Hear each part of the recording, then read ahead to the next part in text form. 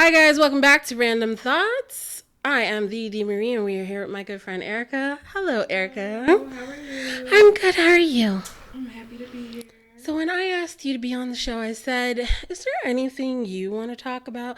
And you said women's health, fibroid health, and premature ovarian failure. And I was just like, "Oh my god, yes, yes, yes, yes, yes, yes, yes, yes."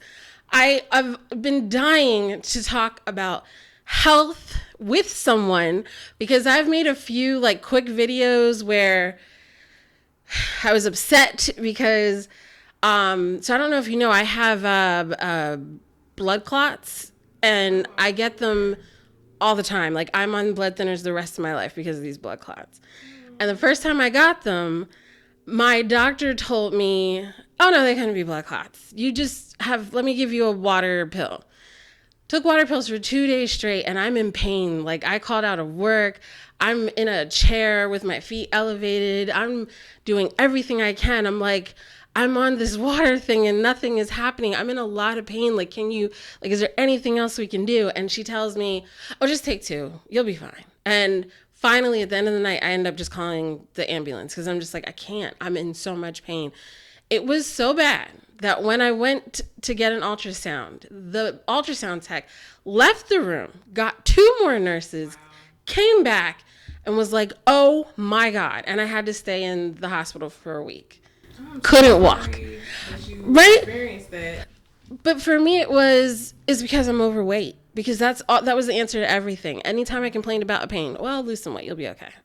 And I'm just like, I love that you want to talk about women's health because I feel like Absolutely do. people overlook women's health all the time. Yep, all the time. So, as a nurse, right? Um, my journeys with health stuff, I have never had to advocate so hard in my life for myself, for my doctors to actually hear what I'm telling them, believe me, and listen and take action and give basic care, basic labs, basic testing. I actually had to write up a physician. I had to call their medical director and write them up because they refused to do a lab. I have insurance. My insurance pays for it. I was presenting symptoms that reflected, yes, it is indicated that if you have these symptoms, you should have this lab done. The doctor refused, did not believe what I was saying. Wow. So that angers me, and I feel like not only is that something that happens in women's health, but I feel like black women experience Yeah. that a lot. Like we are not believed, our symptoms, doctors don't believe us. When we say we're in pain, when we're having certain things. When I started experiencing all of my stuff, I was told, "I think you're having anxiety," and they tried to prescribe me anxiety medication.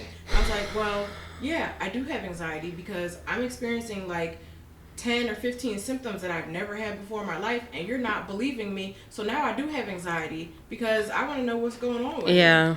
So I hate that you went through that. Like, there's certain protocol, like in nursing school we learn when someone presents with certain symptoms, this, that is what should be done. So the fact that like I'm not the only woman experiencing that, that's something that really infuriates me. Yeah. I just, like I said, that totally infuriates me. And I'm not the only person who has stories like that. You're not. Yeah. Like, I've heard stories like this from hundreds of women, like since I've been more open and speaking out about my journey with women's health stuff. And it's just, it makes me very upset, and it makes me more so want to speak about it and bring awareness to it, because a lot of times when it comes to these health issues, we don't speak to other women. We're not open about it. And usually endometriosis, fibroids, those are things that are typically genetic. Yeah. And typically things that pass down in families. And how your experience, like, and how I had fibroids, like my mom, her sisters, going back to my grandma, they all had the same things, and they all ended up having to get hysterectomies, and no one spoke about it. So when I started my cycle, and my cycle as a 12-year-old, I'm bleeding for 2 weeks, and I'm nauseous, and I'm throwing up, and I'm having to not be in school, and I'm bleeding through my clothes. When I go to the doctor and tell them, well, my mom and my grandmother, they had heavy periods too. They're like, "Oh, some women have heavy cycles. Here's some birth control pills to like lessen." Instead of looking, if I got my first ultrasound at 38, and I've had like horrible heavy cycles since I was 12 years old. No other doctor suggested it. I didn't know enough to to push and to ask. I Yeah. wish I would have known. Yeah. You should have probably had an ultrasound way before that. You know, I did. they just didn't see it. Well, at 12 I had the same problem as you. Heavy Hmm. periods, throwing up everywhere. And like the first time my mom was sympathetic. The second time she's like, "What is going on? Like you're going to have to clean that up." And like I understand like throw up for some people makes other people Hmm. sick, but finally she's like, "Okay, there's something wrong. We need to take you to someone."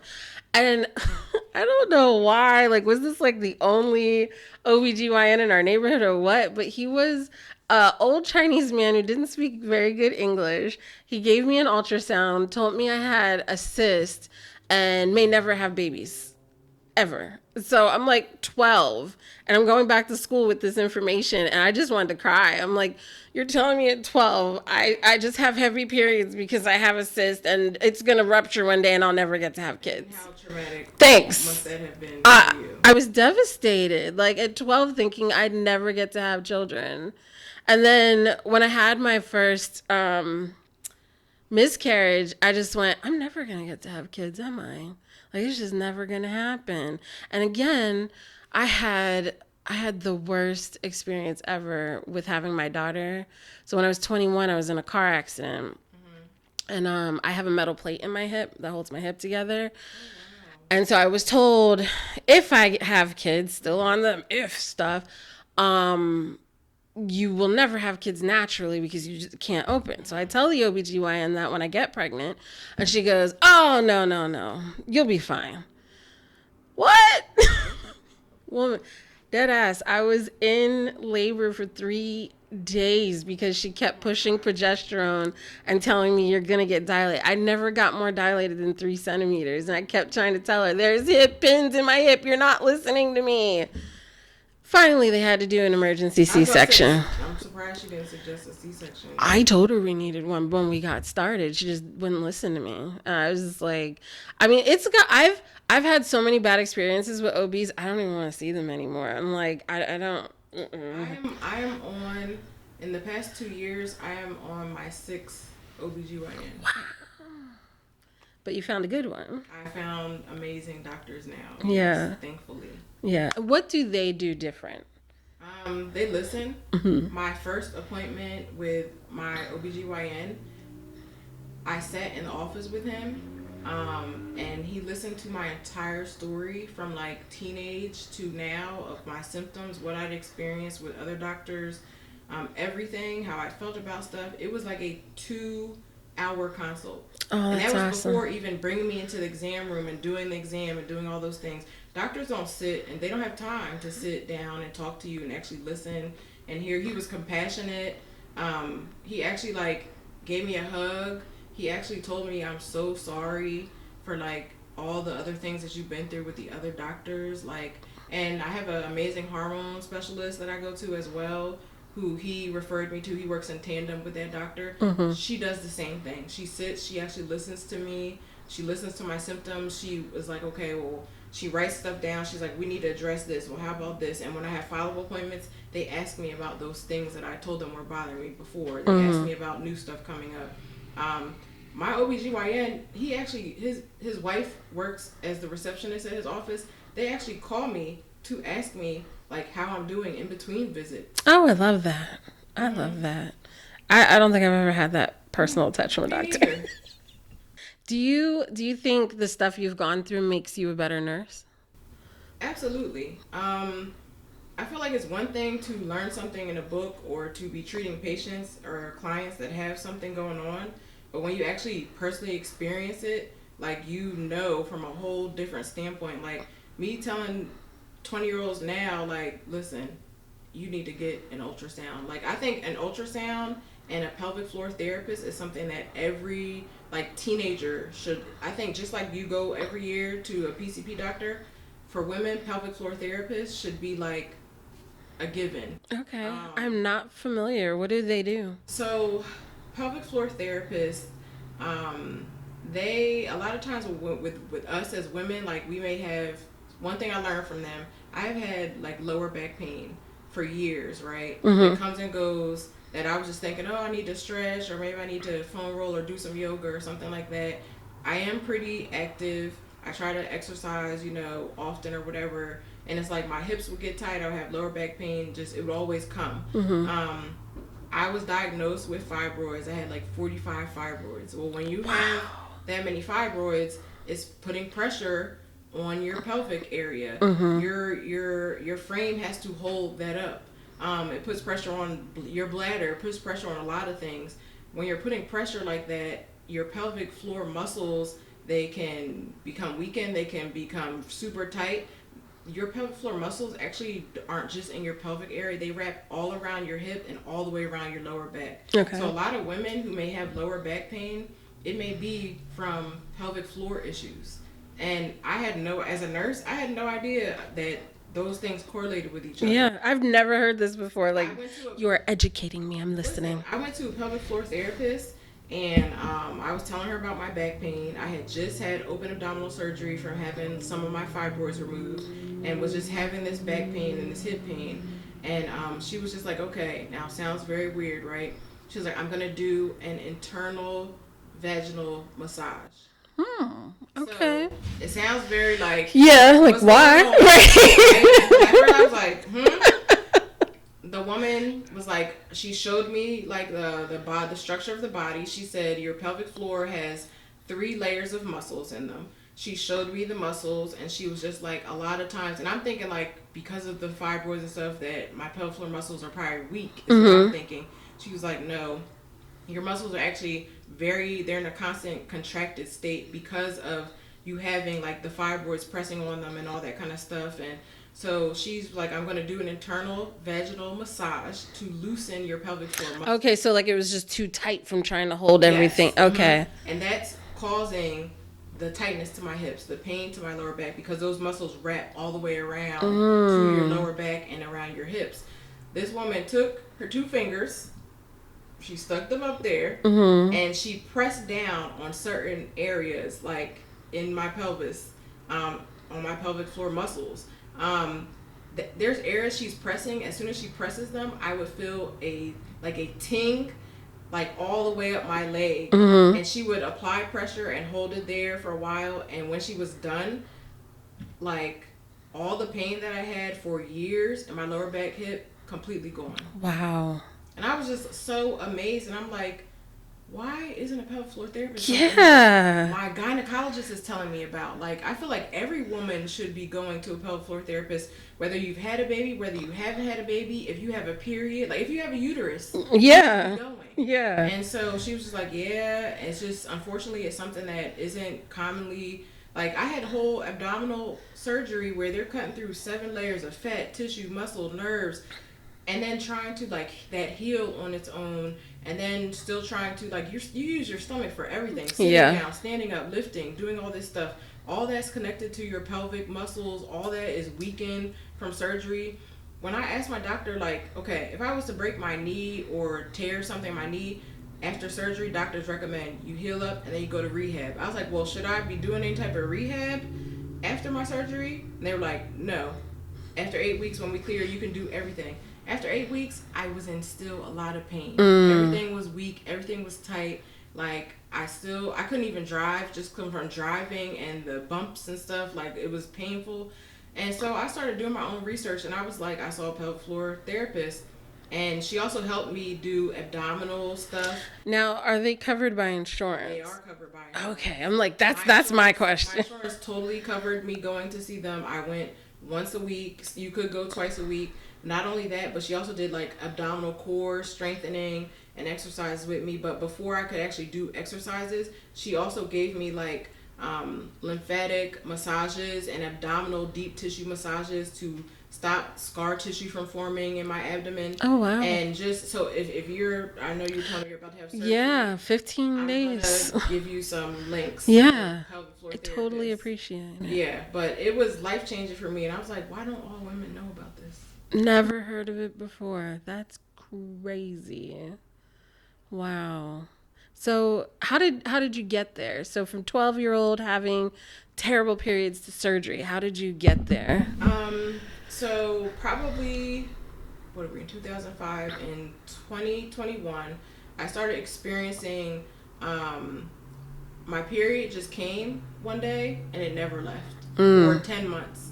And during Wow. that 10-month time frame, like I was a person who I had all the symptoms. So I had the pelvic cramping, I had the nausea and the vomiting, I had the back pain, I had the headaches, I had the mood swings, I had the inflammation, I had all of that.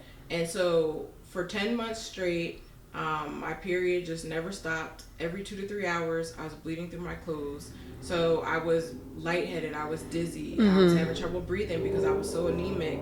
I had to go get, I think I ended up getting like 27 iron infusions. I had to get blood transfusions. And it's like the bleeding just never stopped. I ended up getting my first ultrasound, and the doctors were like, "You have fibroids." And I was like, "Okay, well, how many? Like, how big are they?" Like, you have so many that we can't even see your uterine wall. We don't know how many fibroids you have. Mm-hmm. But in order for this bleeding to stop, you need to have surgery. And it's probably not going to be laparoscopic because we need to totally open you up and see how many is going on, where they're located, what's going on. And so after fighting with multiple doctors, because this was during COVID, so they weren't trying to do my surgery. They told me it was elective. And Mm-hmm. I'm like, so I'm a nurse. I have to work on my feet 10 hours a day. I'm passing out. It was so bad that I'm wearing 2 overnight pads. On top of that, I'm wearing period underwear. On top of that, I'm wearing a diaper. Some days I just took a trash bag and put 2 leg holes and pulled it up and tied it around my waist. That's how much the Wow. bleeding was. Every day I brought 3 extra scrub pants with me because I'm bleeding through my clothes. Mm-hmm. So how's that elective? That's if my iron level, my blood levels are going so low that I'm in the emergency room every week, that I'm having to get iron infusions and blood transfusions. Like, that doesn't sound like elective to me. No. But I had to fight for that, and they finally agreed to do the surgery. I had my surgery, and it stopped the bleeding. But when they got in there, they discovered it was way more. It was 45 fibroids. During that 10-month time frame, I think I was just having so many symptoms and trying to just get through my day because I was so fatigued Mm-hmm. that I wasn't really focusing. But like, say the rare times where I went out with my friends, I'm putting on 3 Spanx because all of a sudden, even though I'm working out, my stomach feels like it's huge. When I look back at the pictures, my stomach looked like I was 5 months pregnant. Like, Mm-hmm. that's how hard, and like, it was crazy. It was real Yeah. crazy. Um, they took out. They discovered I had 45 fibroids. They were only able to remove the 5 largest fibroids, which were like the size of like oranges. Mm. Um, and then they were like, the other kind of 40 fibroids are like, they're pea size and they're grape size, but they're embedded through your whole uterus. And I had not had children, so I let my doctor know that the only way I want a hysterectomy is if you're in there and you see cancer. But Mm. if you don't see cancer, preserve my uterus. I still want to try to have kids. I want to maintain my fertility. And she realized that the fibroids were just embedded in my all around my uterus. And so she left those there. But she was like, you should be good to have kids, but like, you need to have them in the next 5 years because they're only going to get bigger, and you're Mm-hmm. going to have to either have another open abdominal myomectomy to remove those, or you're going to have a hysterectomy. So Mm-hmm. I was like, okay, cool. Like, the bleeding stopped, but then it's like the bleeding stopped, and then my period never returned. Oh And then, so every month I'm going with no return period. And I actually have found a Facebook group for women that are going through that. So, like, I had surgery buddies, no. we kind of Mm-hmm. called each other. Women that lived in different states, different ethnicities. Like, I never met them before. We all had our surgery on the same day. We had the exact same surgery. So while we're recovering, we're in a group chat on Facebook, like, what symptoms are you having today, or how are you feeling? We're giving each other tips on stuff to buy to help with surgery, certain ice packs, all that kind of stuff. Their periods are returning, mine's aren't. And then all of a sudden, I'm getting different symptoms that I've never experienced before. Mm. I started experiencing vertigo that was lasting 8 to 10 hours a day. I started experiencing, my fatigue was back, like worse than before. And I'm like, if I'm not bleeding anymore and all my blood levels are normal, no anemia, my iron levels are normal, why am I so tired? Started experiencing palpitations, high heart rate. I could be sitting here doing nothing. My heart rate will jump all the way up to 140s. High blood pressure all of a sudden out of nowhere. I started breaking out into hives in my entire body. since having my skincare company, going vegan, like I've had all my allergy stuff under control for the past 20 something years. Yeah. So to have hives all of a sudden that I'm breaking out into that are lasting for weeks, taking Benadryl isn't working, like nothing's working. Started having dry skin, just all types of symptoms. Like I think I maybe had like night sweats for like 3 weeks and then they disappeared. So typically most women who are having those types of issues, like they might the night sweats, and that's like a first sign of like right. Perimenopause. And Yeah. I was at that age. But for me it was just like my period has never come back. And I had, everything was fine prior to that. So that was the main thing. Like I had to beg my doctor to test my hormone levels. It took my doctor 7 months to bring me into the office to test my hormone levels when I hadn't had a period for 7 months. She referred me out to everyone else. She was like, "Oh well, you have vertigo. That's not a me issue. Oh my Go gosh. see your PCP." Then my PCP was like, "Oh, you're having palpitations. I'm gonna send you to a cardiologist." Then they sent me to a pulmonologist. Then they sent me to a nutritionist. Then they sent me to hematologist. So I'm going to all these different doctors. Their check, everything is perfect. Everything else is perfect.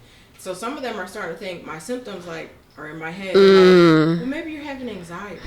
I'm like, I am having anxiety because I have, 15 symptoms going on that I never had before until after my surgery, Yeah. and no one's helping me. No one's listening to me. Every doctor's just referring me to someone else.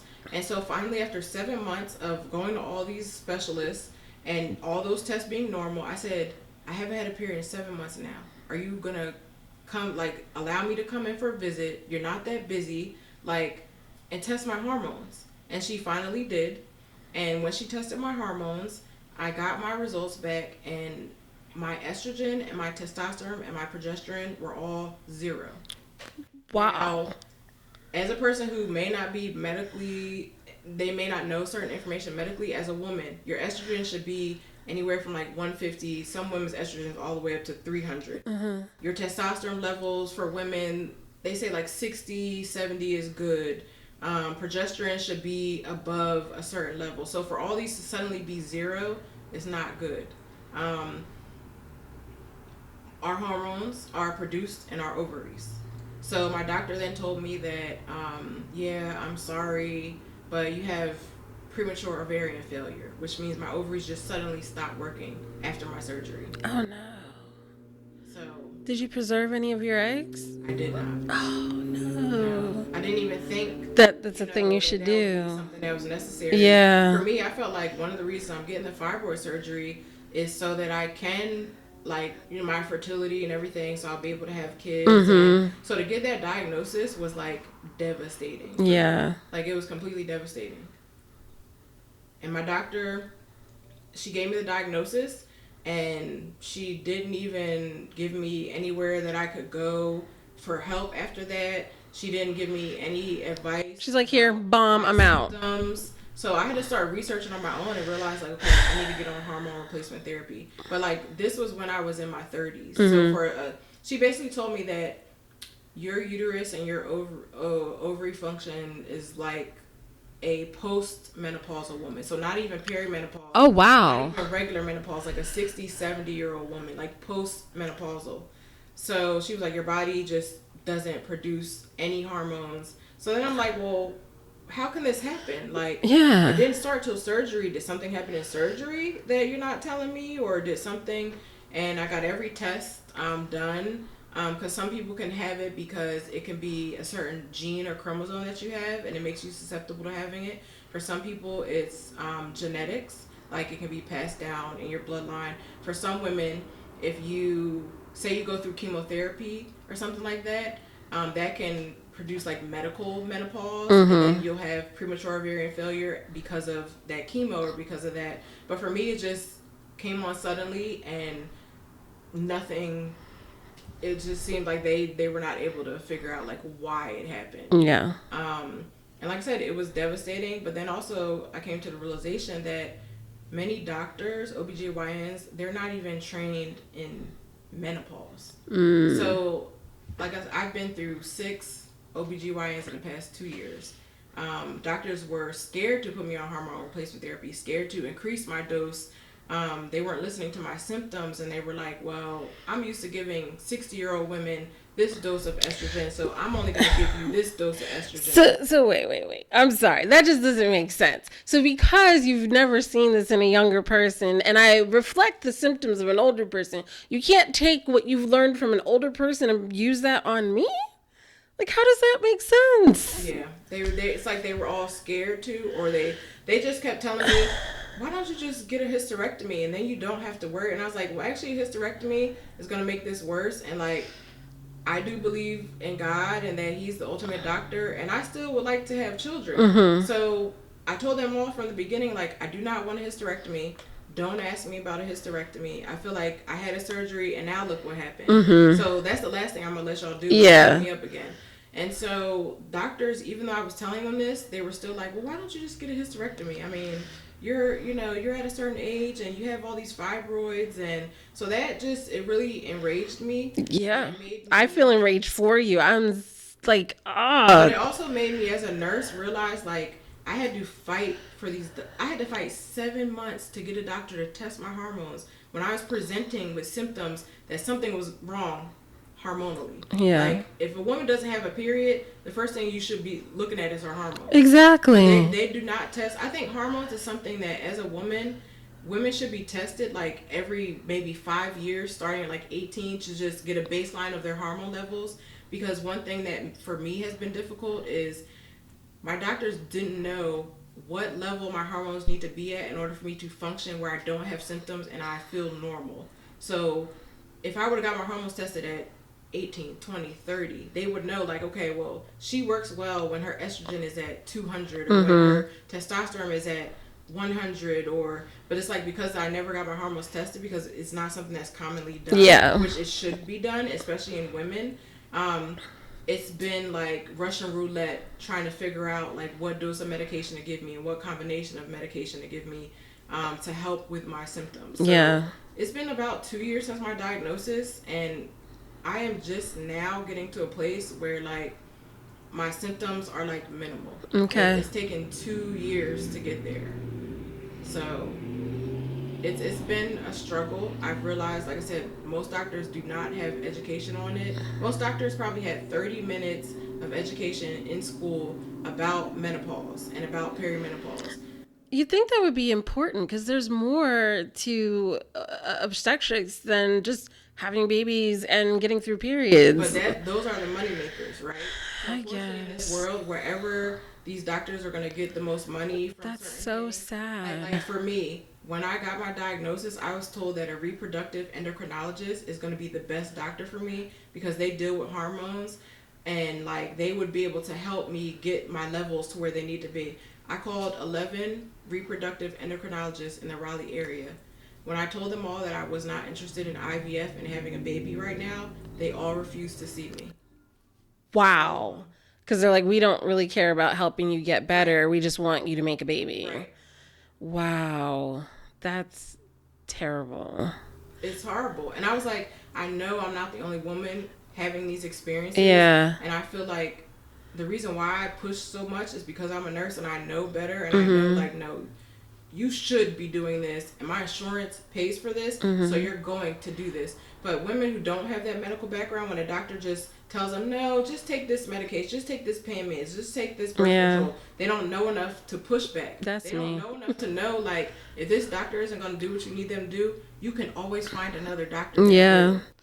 I always just stop seeing doctors. I'm like, no one's gonna help me. I guess I'll just be, here doing nothing. Like that. I will say, I think the only positive about me having premature ovarian failure is that I don't get periods anymore, and that's something that I do not miss. Yeah. Like, I do not miss that. I was so happy to give away all the tampons, all the everything, all the pampering, to my sister, to my nieces, to anybody, whoever wants to get it. Like, I have unlimited supply. That's the only thing I feel like is like a positive. Non-body excitement. I'm excited about wearing white. I'm really looking forward to wearing white. Girl, I'm really excited. When your cycle is that heavy, people don't realize, like, for me, I had to think about places I'm going, Are there going to be bathrooms accessible, right? If I'm going to people's houses, is their furniture light color because I can't sit Yes. on it? Oh my Is God. like worried about my bed sheets, worried about like as a nurse when I'm out in the field, like sitting in my work vehicle and am I going to sit in my work vehicle and get up and it's going to be covered in blood? Like Mm-hmm. people, you have to think about all those things. Like Yeah.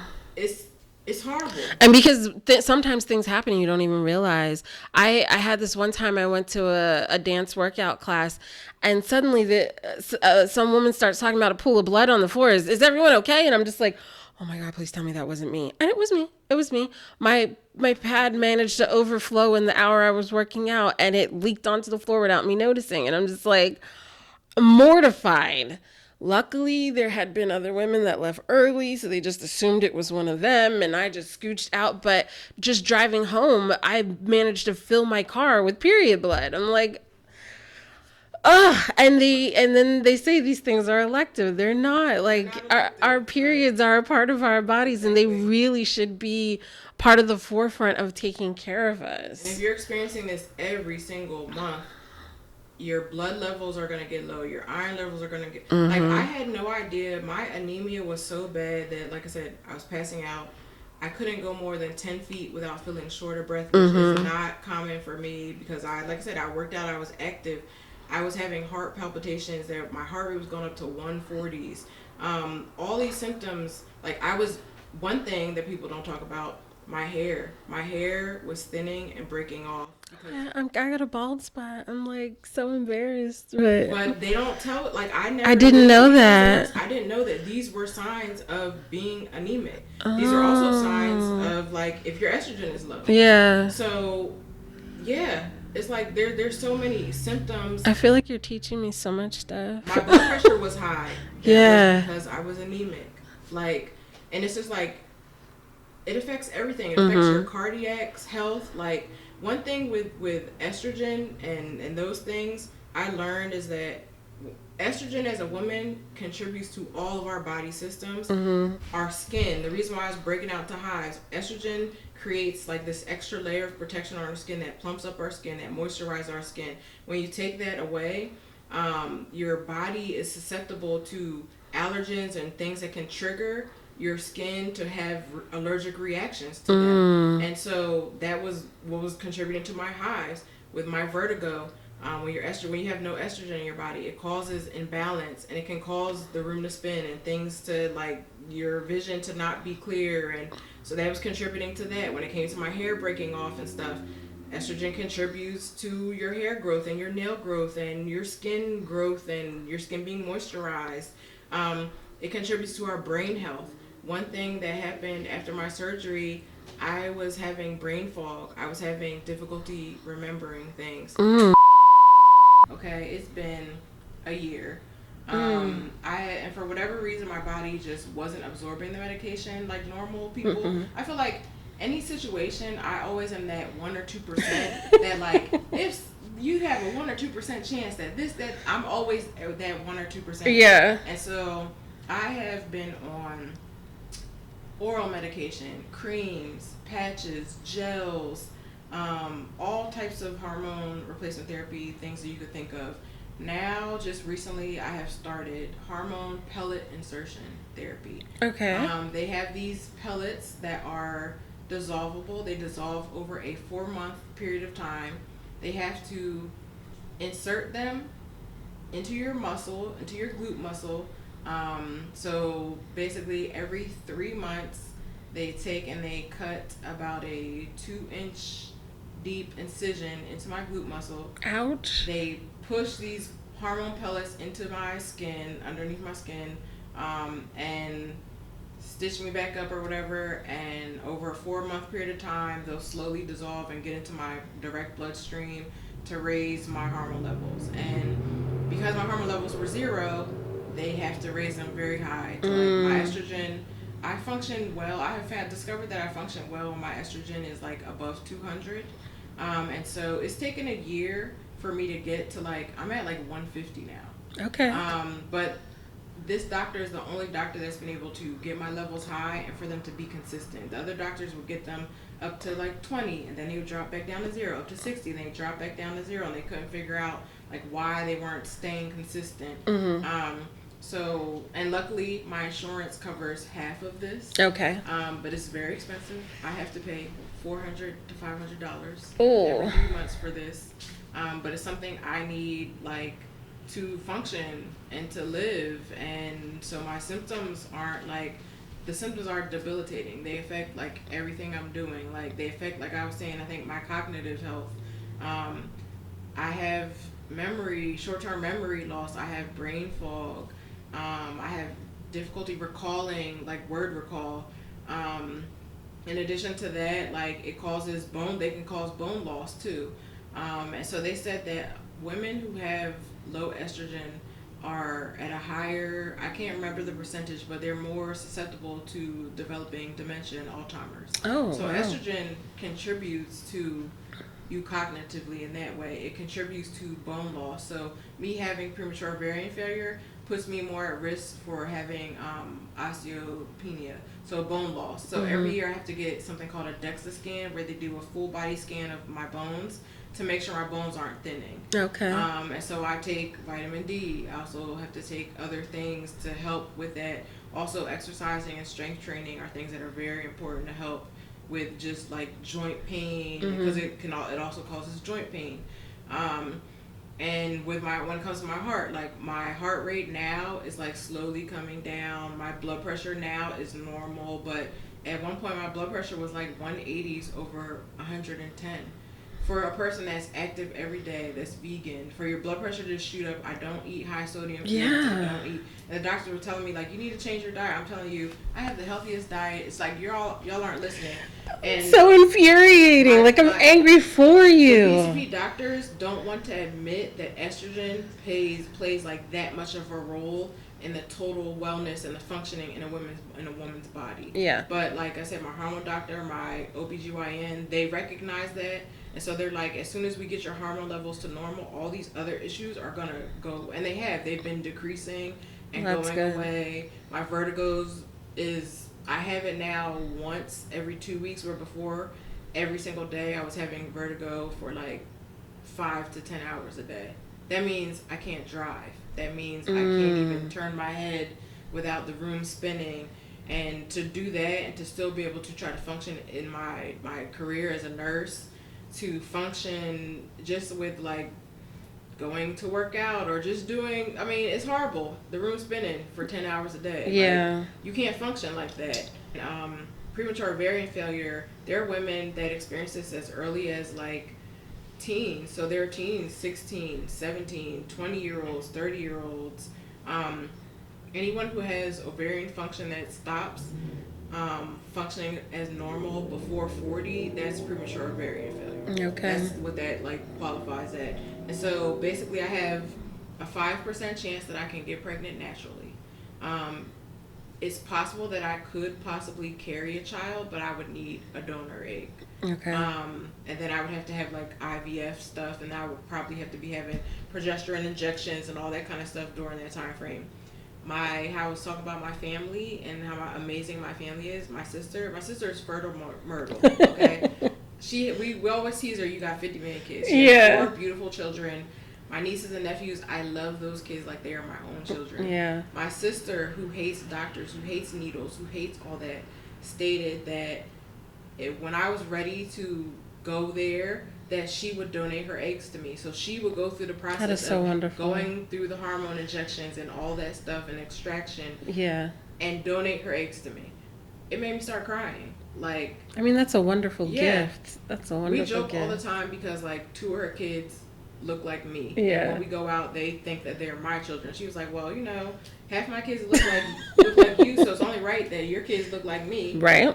So I love it. Yeah. But this is just something that me experiencing this, it just makes me more passionate to speak out and bring awareness to not just my issue, but fibroids, endometriosis, PCOS. There's so many women going through these things. We suffer in silence.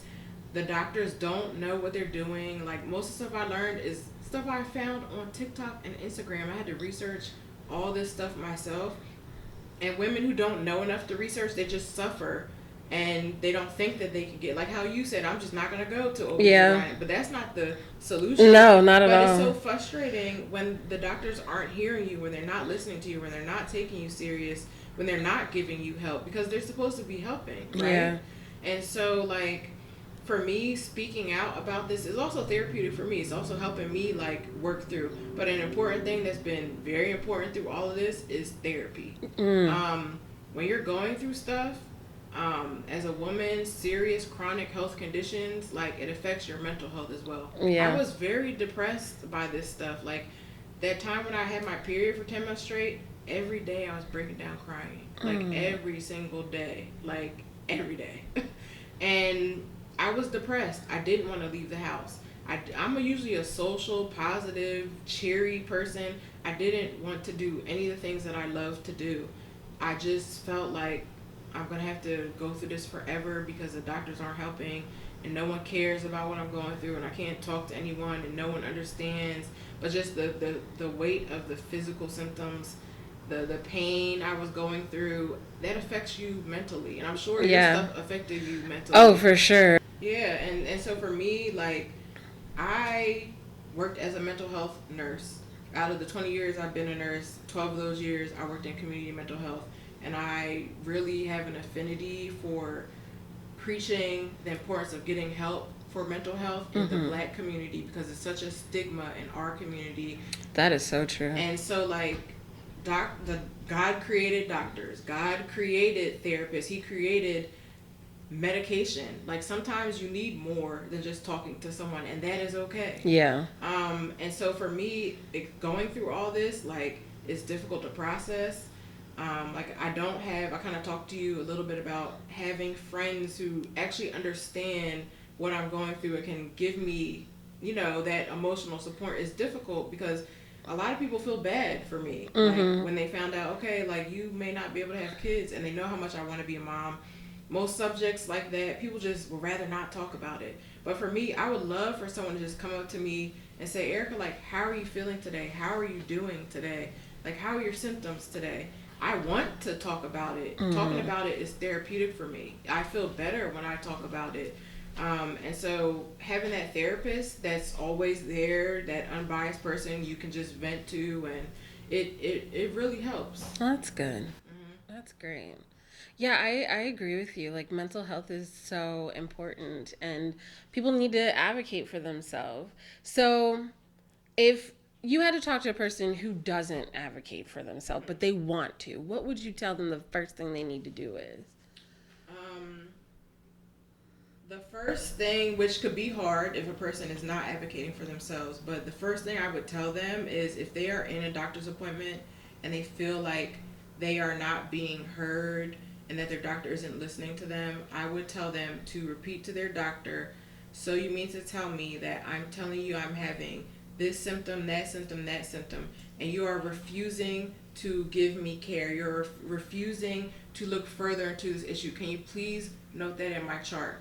And see how quickly that doctor will start doing all the things. Mm-hmm. I'm gonna remember that. Mm-hmm. I am. I'm gonna remember that. And if the doctor still refuses, they always have a supervisor. Don't Mm-hmm. be afraid to ask for, can I have your supervisor's information to go to the reception? I need the medical director's information and email and number because I want to file a grievance. So that can also be done. Okay, I like it. I'm gonna remember it. You guys should remember it too, because I'm like, I definitely just go okay and then leave and never come back again. And it's just like when it comes to your friends, right? You like to have friends that your friend group you mesh well, that you get Mm-hmm. along well with. Your doctor should be the same. Your therapist relationship should be the same. If that person isn't working, romantic relationships, if we're in a romantic relationship that isn't serving us and we realize that, I'm like, I'm out of here. Yep. You need to do the same with your physicians and with your caregivers and with your clinicians. Like, if your therapist isn't serving you, you can find a new therapist. If your doctor isn't doing the things you need, you can find a new doctor. That's so true. That is so true, and people don't think of that. They don't. They don't think of that enough. They just think they're stuck and they got to stay with them. And that's totally not true. Yeah. Well, Erica, thank you so much. I feel like I learned so much. There were so many things I didn't know that you just by talking to you. But see, that's what we need to do more of. Just open up Yeah, and talk with I one didn't know another. a lot of the health stuff that you dealt with, Yeah. and just like women don't do this enough, Mm-hmm. right? And we need to do more of it. For sure. Guys, I want to encourage you if you have any questions, any thoughts, any comments you want to add. I'm sure Erica would be loved to come on again and Oh we could do yes, another yes, conversation. So would add your love questions, to. add your thoughts, and speak to us. We would love to talk to you about this, all right? So make sure you like and comment and subscribe, share this video, and advocate for yourself. Erica, thank you again. Thank you for having me. All right, well, you guys have a great night. Bye.